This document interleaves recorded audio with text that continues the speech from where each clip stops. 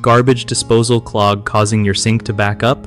Let's get that mess sorted out fast so you're not stuck with a gross kitchen situation.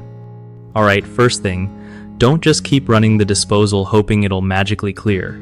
Turn off the power to avoid any accidents. Safety first, you know? Grab a flashlight and look inside the disposal to see if there's any obvious junk, like bones, coffee grounds, or fibrous stuff stuck. Use tongs or pliers to pull out anything you spot. Fingers are a no-go here. Next, try using a disposal wrench or an Allen wrench to manually turn the grinding plate from underneath the unit. Sometimes it just gets jammed and needs a little nudge. If that doesn't work, pour a half cup of baking soda followed by a cup of white vinegar down the drain to break up gunk and odors. Let it fizz for about 15 minutes. Then flush it all with hot water to clear out loosened debris. Finally, if the sink is still backing up, check the drain line with a plunger or a plumber's snake to get deeper clogs out.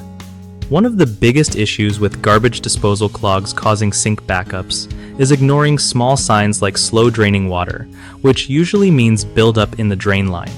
Fix it early by regular cleaning.